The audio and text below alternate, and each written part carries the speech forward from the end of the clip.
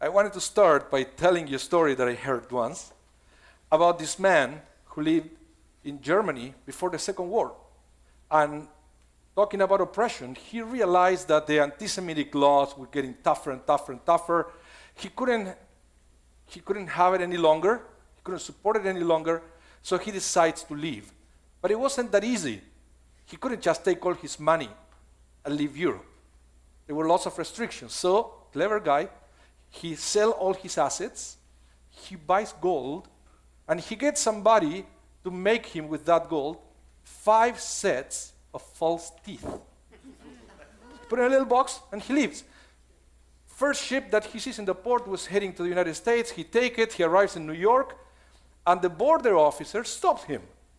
I say, I have to check your belongings. So he opens the bag, and he sees this gold there. I said, what are you doing? Oh, no, let me explain to you.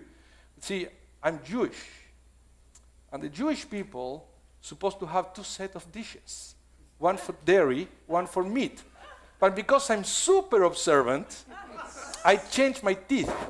So I need 1 set for meat, 1 set for dairy. The officer say, okay, I understand, but you still have the other 3. So what? Once a year, we have Pesach, Passover. And we also have to have special set of dishes, 1 for meat, 1 for dairy. And because I'm super Orthodox, I change my teeth to eat those meals. Okay, I accept that, but you still have 1 more set. So the guy leans over the counter and said, once in a while I like to order Chinese.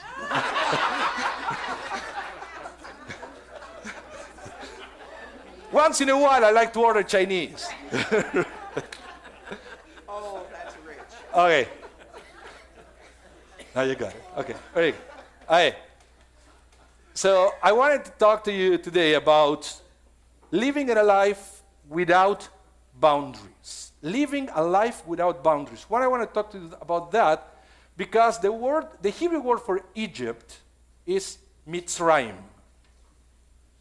The word Mitzrayim means something that is narrow. Something that limits you. Something that limits you. So Mitzrayim is something that is beyond the country, the land described in the Bible. The word Mitzrayim is a word that applies in every generation and is related to everything that limits you. Everything that put boundaries around something. But this is the thing. We know that the Israelites were in Egypt. As Rabbi Anibal mentioned before, there is a controversy about how long they were there.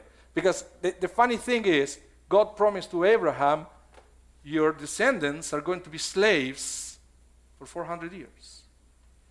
But according to the rabbis, they were actually slaves for only 210 years. So how is that possible? Well, if you read the story of the Exodus, it says that they were slaves in Egypt, but eventually something happened, and then cry out to God, and they say, we don't want to be slaves anymore. As soon as they cry out to God, and as soon as they realize that they could have a better life, what happened? God sent Moses. Not a minute before, they say to themselves, we don't want to be in Egypt anymore. In other words, we don't want to be limited. We don't want to live in a narrow place anymore. We don't want to have boundaries anymore. As soon as they were able to declare that, the deliverer came to them. Now, this is the thing. It wasn't easy. You remember, when they said to Pharaoh, we want to leave, Pharaoh said, oh, really? So not only you're going to stay, but before I used to give you straw to make the bricks, now I won't even give you the straws. Now you have to get your own straws, but I want the same quota of bricks. So this is the crazy thing. They said, we don't want to be here anymore. They made a decision to move forward, to get something better, but the first thing that happened is they got it worse.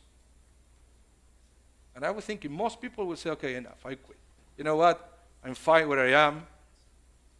I should accept that I'm going to be in a narrow place forever, for the rest of my life. No, that's not what happened. try again. And Pharaoh said, no. They try again. No. They try again. No. 10 plagues later, they were able to leave Egypt. So, I believe the Torah is trying to teach us something very important here.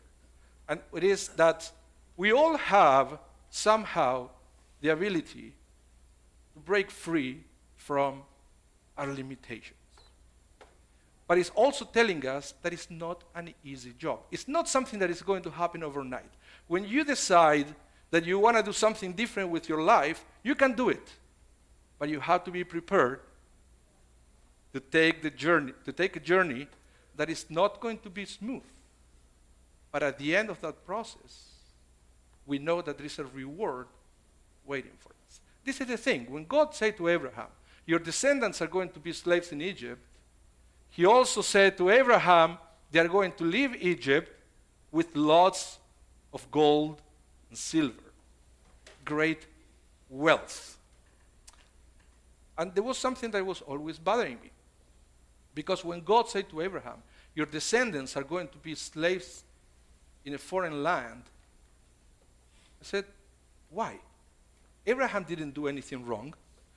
How did God know that the descendants are going to do something bad or wrong, so they will deserve to be slaves? Why that prophecy? And then one day I realized that that wasn't really a prophecy. What God was telling to Abraham is, you know what, Abraham?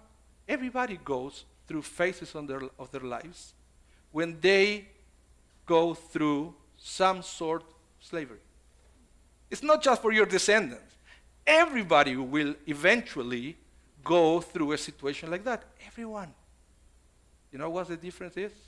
The second part of the prophecy. But they are going to be able to leave Mitzrayim with a great wealth. So this is the thing. All of us eventually will have to go through our own Egypts. It's not about if, it's about when. The difference is we have a promise from God that we can get out of there with a great wealth if we decide to take the mission. Remember, Mission Impossible? If you decide to take the mission, it's not impossible. It's not impossible. And I remember, for example, as a little example, I was thinking, examples in my life, seems like this. I was thinking of my mother when she said, there is no way that I can learn how to use a computer. I'm too old. I can't stop her now. They said, I will never learn how to use a smartphone. Ask her to stop sending me WhatsApp messages now. I say, you never answered to me. No, I didn't see the message. No lie, I saw the 2 blue signs there, so you read it. And then I was thinking, yeah, she thought that she was limited by her age, but it was on in her head. She was able to break free from that Mitzrayim, from that Egypt. It wasn't easy. I can testify about that. It wasn't easy. Lots of setbacks, lots of frustrations, but eventually the wealth she got from that decision to learn how to use a computer and a smartphone in her 70s was amazing.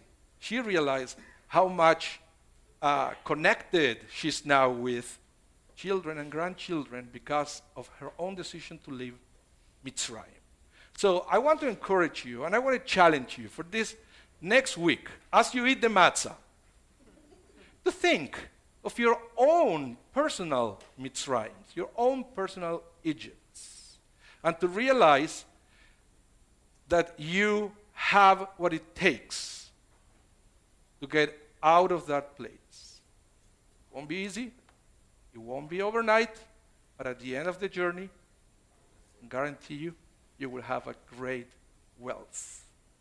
You will have a life with more meaning and with more experience. So, Shabbat Shalom, Chag Sameach.